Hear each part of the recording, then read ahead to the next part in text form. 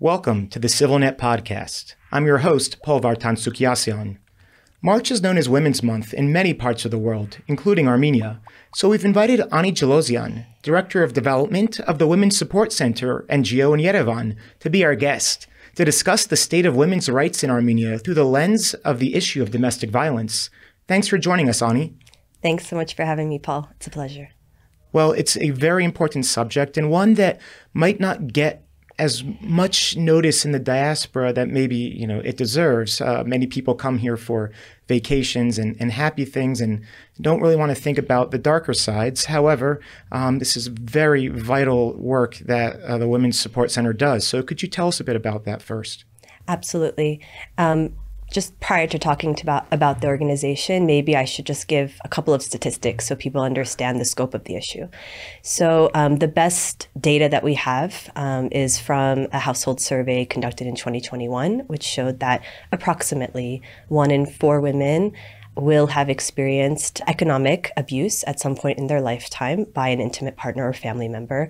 About 1 in 4 will have experienced psychological abuse, 1 in 8 physical abuse, and around 1 in 15 sexual abuse. And of course, this is a household survey data, so it can be very much underreported. So just putting that out there, because I think sometimes when we talk about domestic violence, we don't understand that it intimately affects so many of us, whether directly or indirectly. So the Women's Support Center was founded in 2010 because we recognized that this was an enormous issue and that there wasn't enough being done to address it. So the Women's Support Center is the largest and most professionalized center dealing with domestic violence in Armenia. We work primarily in 3 areas. One, and something that is very important to us, is that we offer essential and comprehensive services to women who have experienced domestic violence and their children. This includes everything from counseling to therapy, legal aid, and emergency shelter.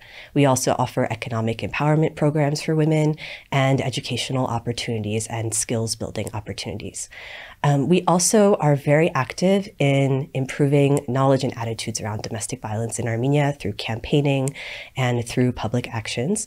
And then thirdly, we support institutional reform through professionalized training of police, social workers, psychologists, educators, and others who are on the front lines, and also by supporting and mentoring the regional domestic violence support centers who are also doing this work, and also by helping to improve legislation around domestic violence.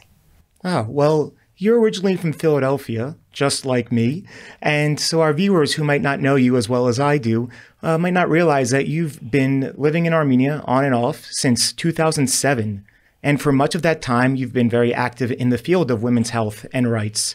So when I do the math, that's actually just about exactly half the time that Armenia has been independent. So it's kind of a wow moment, like, wow. And so over that time, you have definitely seen the development of so many things when it comes to these issues. And now in the past, well, I'll also say you've had a much, closer insight than maybe almost any diaspora, and because of all the time you've gotten to spend here working with that.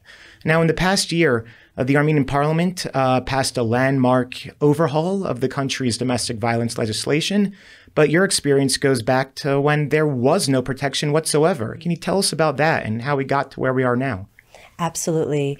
Before talking about the law, I think it will be, helpful to our listeners for me to actually share the landscape around domestic violence over the last 15 years. So when the center was founded in 2010, we were really primarily struggling and operating in a context where there were several obstacles in front of us. The first was that there was little to no awareness on domestic violence in Armenia. It was very much a silent crime. It was very taboo to speak about domestic violence, and when it was spoken about, people referred to it as a private family matter and something that shouldn't be sort of aired publicly. And there was a lot of resentment around bringing up the issue to begin with. So that was one major hurdle that we were dealing with. The second one was that there were little to no services available to women, and the services that were available were not always based around international best practices and standards.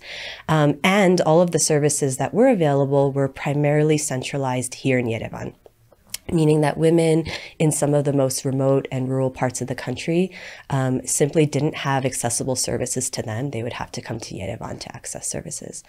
And the third major hurdle that we were sort of up against in the early days, and you mentioned this, was the fact that there was no legislation around domestic violence to begin with, and really little to no political will to address the issue in the first place. So we were up against tremendous obstacles in our early years, and it took a lot of campaigning, street protesting, leveraging the media to cover high-profile court cases to really start the public conversation around domestic violence.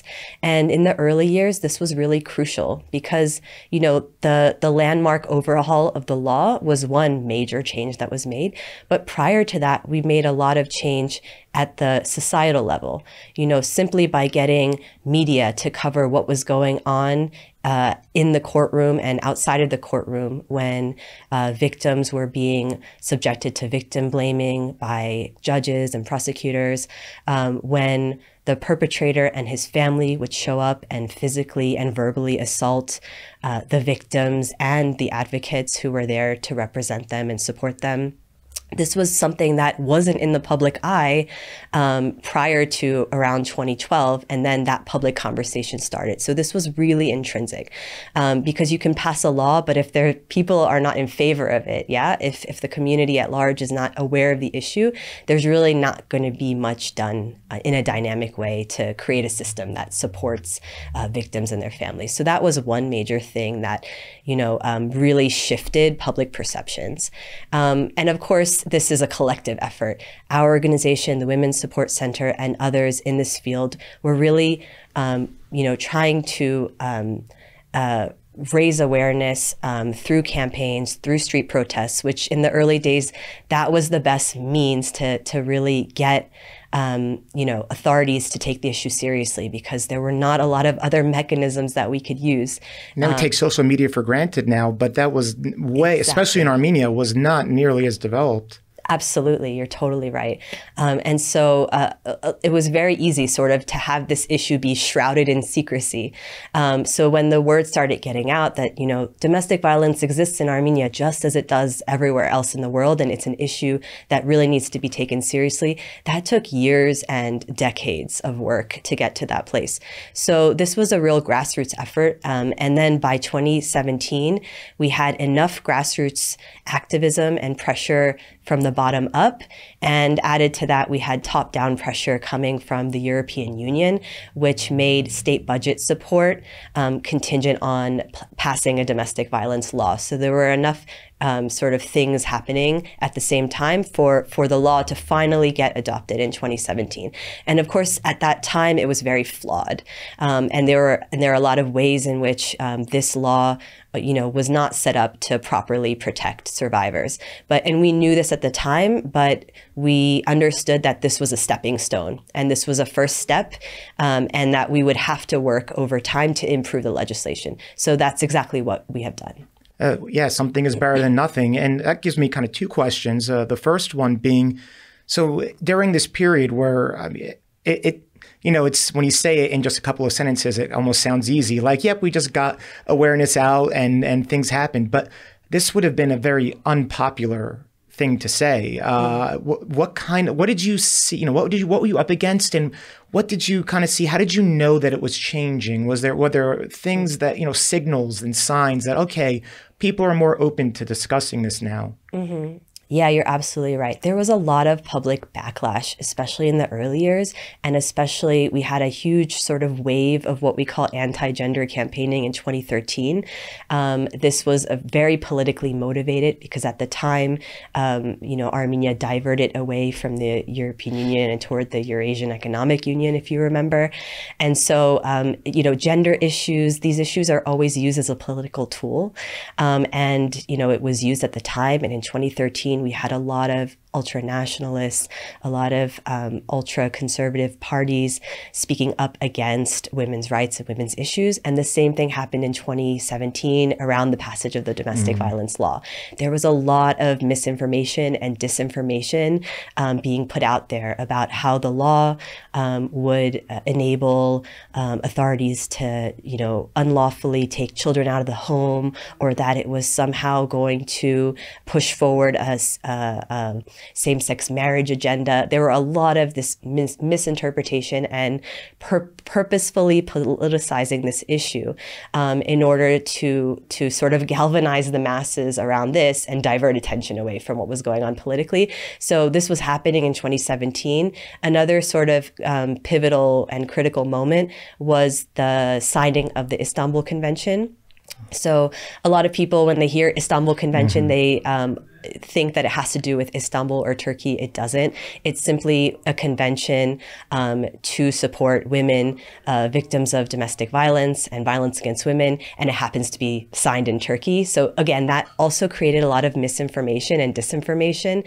And around the time that this was being signed, there was a lot of pushback against it, and it was meant to be ratified, but it never ended up being ratified. And to date, it still has not been ratified as a result of this political backlash. I remember a petition campaign a couple of years ago when there were talks of signing it, and yeah, it still hasn't. That's one of those things that still needs to be worked on. And speaking of working on, so you said 2017 we had a law, but it was not really up to snuff. It was not what it could be. So what happened between those times, and what are the changes that were included in this one that passed last year?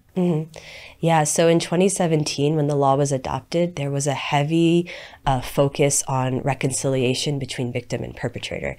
And that was even written in the title of the law, which included the phrase, restoring family harmony. So the idea was that police should reconcile the victim with the perpetrator, should bring the family unit together. And so there was a real sort of heavy emphasis on this in the law, which of course doesn't speak to victims' protections, and it also doesn't speak to perpetrator accountability. So that was, again, not really emphasized in the original law.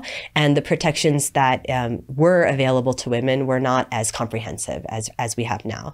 And I should say also for our viewers that this is a domestic violence prevention law. So it deals with prevention, and it deals with protecting survivors of domestic violence, but we don't have a standalone law that criminalizes domestic violence. And so there's no punitive component to this law, and we can speak more to that as well. But I wanted to say, so from 2017 to 2024, now what has been introduced in the law? So, it's easy to sort of talk about the law, but I also want to talk about the journey, because being a member of the Women's Support Center team, I know that, our legal team, our advocates were hard at work on this for very many years. So our organization took a leading effort in drafting the new package of amendments that was incorporated into the law and eventually adopted by Parliament. And this took over 2 years of deliberation. So just to give a backdrop to this, because every time you talk about one little terminology, introducing this word or that word, it leads to a lot of discussions and a lot of delays. And so this was a huge effort sort of on our part. And so in the end, what do we have now? So we have a sort of overhaul of the domestic violence law, and we have better definitions for every form of domestic violence, physical, psychological, economic, and sexual violence.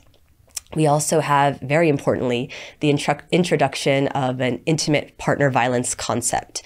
So prior to July 2024, when these new amendments were put into force, only women in registered marital unions could be seen under the law as a victim of domestic violence. Oh, wow. So this is very problematic because, as you know, domestic violence doesn't just affect those who are married. It also affects those who cohabitate and others. And what's very common in Armenia is common law marriage. So they're actually unregistered, but they're married. And of course, this also, creates more protections for same-sex couples who are also in intimate partner relationships. So now we have a sort of broader definition, and we can ensure protections for any person dealing with domestic violence. So this has been, a huge improvement to the law in and of itself, just that one part. We also have in the criminal code now stalking that has been criminalized. So prior to this, prior to 2024, stalking was not seen as a criminal offense, and now it is. And so to give you a little bit more insight into the law, in a nutshell, I'll say that, it improves protections for survivors through free of charge medical care. It also has, the new law has a real focus on improving support for children who are witness to violence. So now children who witness violence can themselves be seen under the law as victims themselves, which is, of course, very important in the context of domestic violence. And then when it comes to perpetrator accountability, we have better sanctions in place now for punishing perpetrators for the crime of domestic violence. And it's great that that's passed and it's on paper, but enforcement is another thing. So have you seen an improvement since it passed in implementation and in the execution of this? Yeah, I think, 9 months is too short of a time period to really, measure the effectiveness of the new amendments. I will say, though, and I thank you for bringing this up, that enforcement of the law really remains a huge concern for us. So it's one thing to have a law on paper, and stepping back for a minute, I want to also share what wasn't eventually adopted into the law prior to talking about enforcement. So one of the things that we wanted to be introduced, but inevitably wasn't introduced into the legislation, was a better definition for the dynamics of domestic violence itself. So what we have now are better definitions for every form of violence, but we don't really have a good conceptual framework for what domestic violence is. That at its root, we're dealing with inherent power dynamics, where one person has power and control and uses that power and control over another person to intimidate them, to harass them, to coerce them, and to threaten them. And this takes place over a period of time, typically.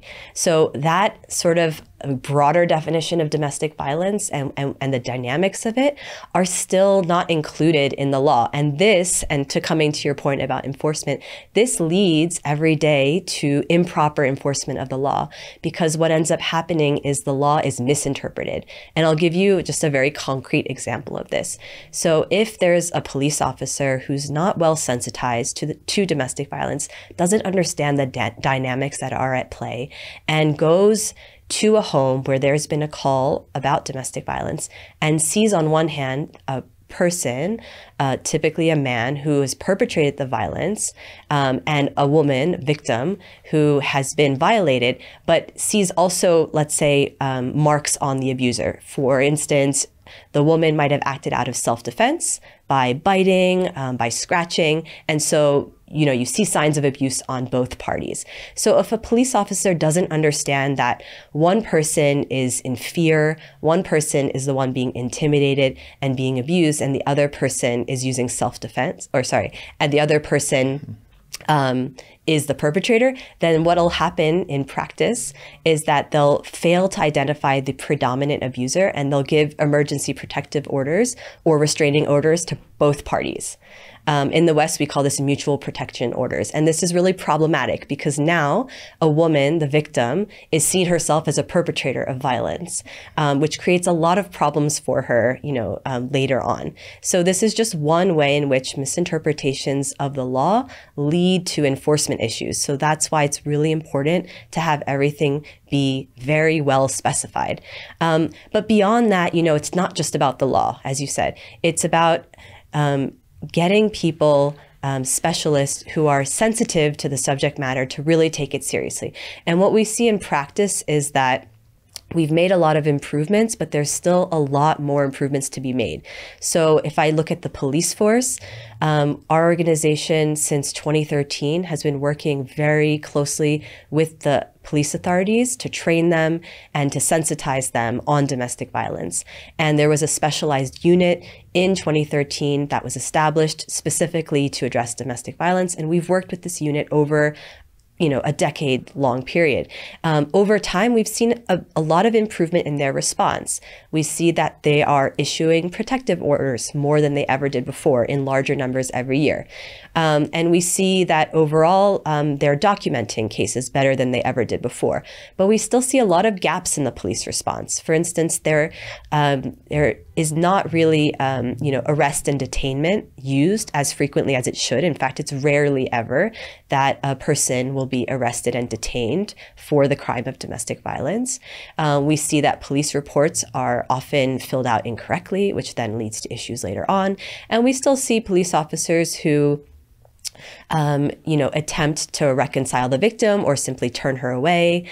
So these issues still exist. But overall, we've seen a pretty significant improvement in the police response. What we haven't seen, unfortunately, is an improved response when it comes to other law enforcement actors and when it comes to other criminal justice actors.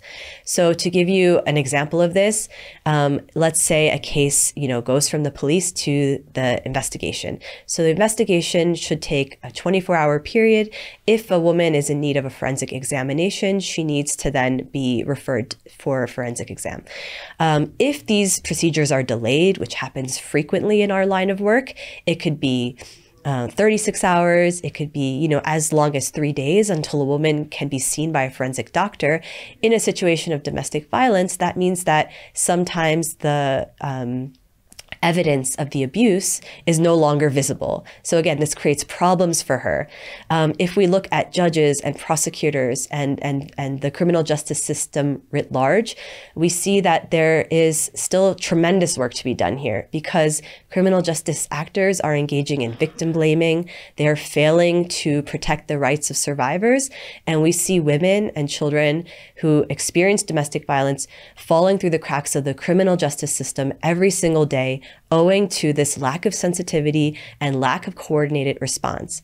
And a growing concern for us is something we've now highlighted this trend in recent years, that the police are issuing protective orders, but now in larger numbers every year, the administrative court is actually overturning the protective orders that the police issue. And this is becoming a growing and very harmful trend that we see. On what grounds? Yeah, what are So what they say is that oftentimes they lack sufficient evidence from the police report, and they say that they have little time to collect evidence themselves, so they have to go off of what evidence is presented to them. So when we look at, for instance, police orders, so emergency protective orders are give women 20 to 25 days where the perpetrator cannot come within a certain distance of her in order for her to, get to safety, to collect her belongings, to start filling out paperwork, to relocate. It's just a 20-25 day period for the victim to basically reach safety. So by overturning these orders in larger numbers every year and citing quote unquote lack of evidence is really failing to see that we're dealing with life and death. And these protective orders shouldn't be treated as just a simple document.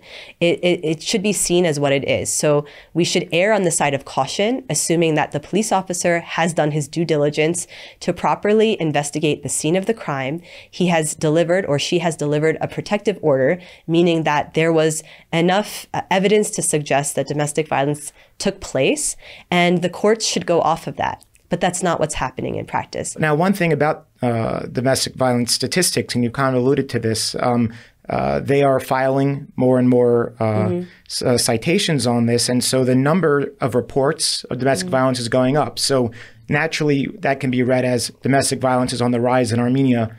But is it? Yeah, that's a great question. As far as we can tell, there hasn't been any real change in the prevalence of domestic violence over the last 10 or 15 years.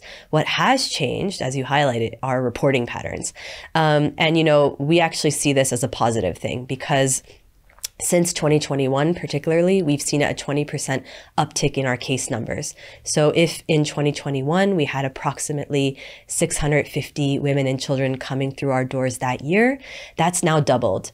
Last year, we had more than 1,200 women and children who we served, and that's only in Yerevan. That's not taking into account the regional support center. So if we look at the regions together with Yerevan, it's nearly 3,000 women and children who receive support annually.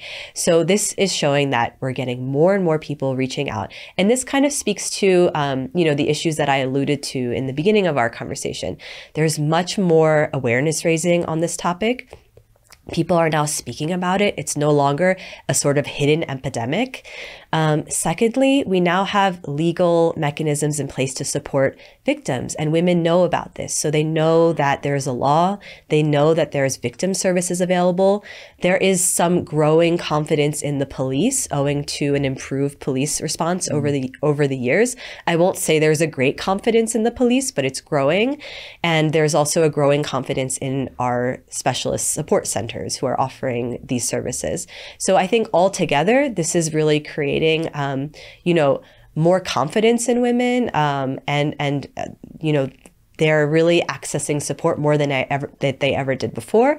And I would be remiss if I also didn't mention the role of war and conflict in all of this, because we don't have good data on this, but we know that after 2020, we saw at our center an uptick in numbers, and especially from Artsakhtsis. We know that in every place in the world, domestic violence and the issues of domestic violence are exacerbated by war and conflict. And we saw in 2020, after the war, we saw women coming to us then, and we saw again after the forced displacement in 2023, again, an uptick in case reporting. And we're seeing more cases now than we did in that initial emergency period because, people have to worry about relocation, employment, and other sort of primary concerns. But now we're starting to see more cases coming out. Survival was the only thing for the first year or so. And that's one of those things that, I was thinking during the 2020 war and on. We see this in America all the time with veterans that return from war with PTSD and these issues that then get taken out on the people in their household. And so our war is already a tragedy, and then it fuels more tragedies, unfortunately. It's so difficult, especially if you consider a woman coming from Artsakh who has dealt with domestic violence for years, if not decades. There weren't very little support services available to them there. There was no law on domestic violence. It was like Artsakh in 2020 was like Yerevan prior to 2010. There was no, societal awareness around the issue. People weren't reaching out. It was taboo to talk about. So now they find themselves in a new environment. People didn't necessarily know where to get services in the first place. We did a lot of workshops just in those collective shelters after the war and again after the forced displacement to get the word out. And we saw a lot of referrals from doing those workshops. But beyond that, people didn't know where to go. And there were other issues that Artsakhtsis were facing. For instance, you mentioned veterans and PTSD. Imagine, seeing your loved ones in your family suffering trauma and then wanting to be there for them, wanting to support them, and feeling like if you left your family, then you're allowing your family to fall apart. This is the general sentiment that we were hearing over and over again. And not to mention, the financial component. Artsakhtsis have many children oftentimes. So we have, big families. So imagine a woman having to support 5 children on her own. These are huge obstacles for accessing support. So we know that, what we're seeing is just the tip of the iceberg. And the same goes for all marginalized groups. So when we talk about, refugees, but also women with disabilities, women from communities, ethnic minorities that are really closed off in Armenia, we see very few cases coming from those communities. And it's not that the issue doesn't exist. It's just that they're still not able to access the support services available to them. Well, I know we've heard a little bit about child marriage being in some of those communities, the Yazidi, for example, and that's a thing that the government, I think, has been trying to raise the age of marriage and not let the parents just sign it off at a younger age. But how do you, if you're that young, how can you even? But this goes back to our earlier conversation about legislation and enforcement. So it's a good thing that they were trying to increase the age of marriage, but in practice, I mean, this law is not being enforced, right? Because we don't know what's going on in those close communities. And we know that there are traditional arrangements between families and that girls are being taken out of school and married off early. And this is continuing to be a prevalent practice. Again, it's one thing to have something on paper. It's great. We should do this. But we need to actually follow up on it and make sure that these things are being enforced. Yeah, I guess this also kind of leads back to a thing that you will hear from the more culturally conservative areas of like, this is our culture, this is our tradition. We have you're trying to destroy the family unit, and what do you say to those types of like, how dare you go into this community and tell them how they let their families run? Yeah, I mean, I think we were targeted a lot, especially in the early years, specifically on this, like, how dare you come into the family? It's a private family matter. You're quote unquote airing our dirty laundry. I think that the public perceptions have really shifted on this. I mean, on the whole, obviously there's going to be more people who adhere to those conservative mindsets, but I think Armenia has seen a real shift. I think there's a huge generational gap, which gives me hope. You see the younger generation really pushing back against these traditional norms and harmful norms. And we see that also at our center, because when we started this work in 2010, the average age of a woman who was utilizing services was about 35. And now in Yerevan, that's shifted to 25. The average age of a woman coming to us is now 25 in just a 15-year period of time. It really goes to show that women are no longer tolerating this form of abuse, and they're reaching out for services far earlier than they used to. And, I should say also that in the regional communities where there are domestic violence support centers set up, they might not see as drastic, a shift as we're seeing in Yerevan, but I can tell you that, they're also seeing these same trends and patterns. Women are definitely speaking up more about this issue. They're more aware of their rights, and they're demanding an end to the abuse. So there are a lot of things on the horizon coming here, some opportunities, some are risks. What would you say is the situation looking like going ahead? Working in this field, there's really not a boring day. It's such a dynamic field to be working in. And we see, good things and bad things coming up all of the time. So to point out some of the challenges, I mentioned that there was a specialized police unit that was established in 2013 to address domestic violence. There has been, since last year, a move toward a unified police force. So that means that all of the specialized units have now been dissolved and dismantled. What that means for domestic violence is that overnight, we have 1,800 new community police officers, the majority of whom have never received domestic violence specific training. And they are the ones who are at the front lines handling cases every day. So you can imagine, the huge challenges that we're starting to face with a lack of trained specialists dealing with this issue. And, as I mentioned, this has been an effort that, takes many, many years. When we talk about training, a one-off training, a one-day training really just doesn't do it. We're talking about sensitization, which takes so much time and effort. And so we had made a lot of improvements with the police department, and we're afraid now that there's going to be some rollbacks because of the fact that we don't have these trained police officers who are, again, in the communities doing this work every day. And I'm curious, how many trainers do you have? Because that could be another thing. If you don't have that many, I can't imagine there's so many trainers that you have. Yeah. I mean, our center alone, we have a few specialists who are doing these trainings. We're also called on by the Council of Europe as specialist trainers in this field. And of course, there are others who also provide these types of trainings. But you're absolutely right. There isn't, a huge number of people who are well equipped to do this type of work. And also we're talking about a huge number of police officers overnight who require training again. And, there's a police academy that delivers domestic violence training to police officers, but as far as we know, domestic violence hasn't been covered in the last year or more. And this police academy curriculum that's being used dedicates very little time to domestic violence. And so these officers are not being trained properly by the police academy. So it's up to civil society organizations, the Council of Europe, and others to really fill in the gaps. Maybe to end it, what are some of your success stories? We've talked a lot about the trauma and the difficulties that naturally come with this subject, but some good things have happened too. Absolutely, and it's what helps keep us going every day, because we're up against these bureaucratic obstacles.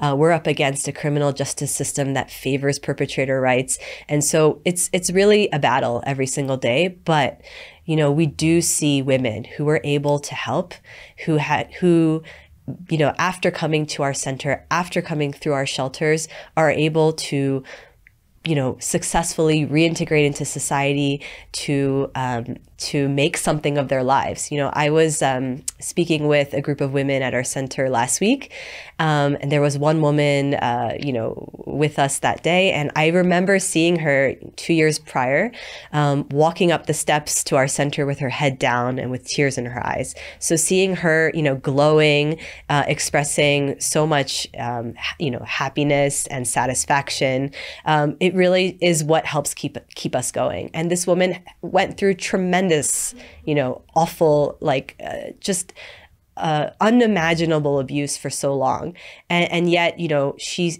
the fact that she's able to eke out a living for herself and for her children, even though she has to work multiple jobs, and even though she still has financial difficulties, just waking up every single day, not in fear, not in feeling intimidated, is everything to her. And you see those women, and that's what really keeps you going.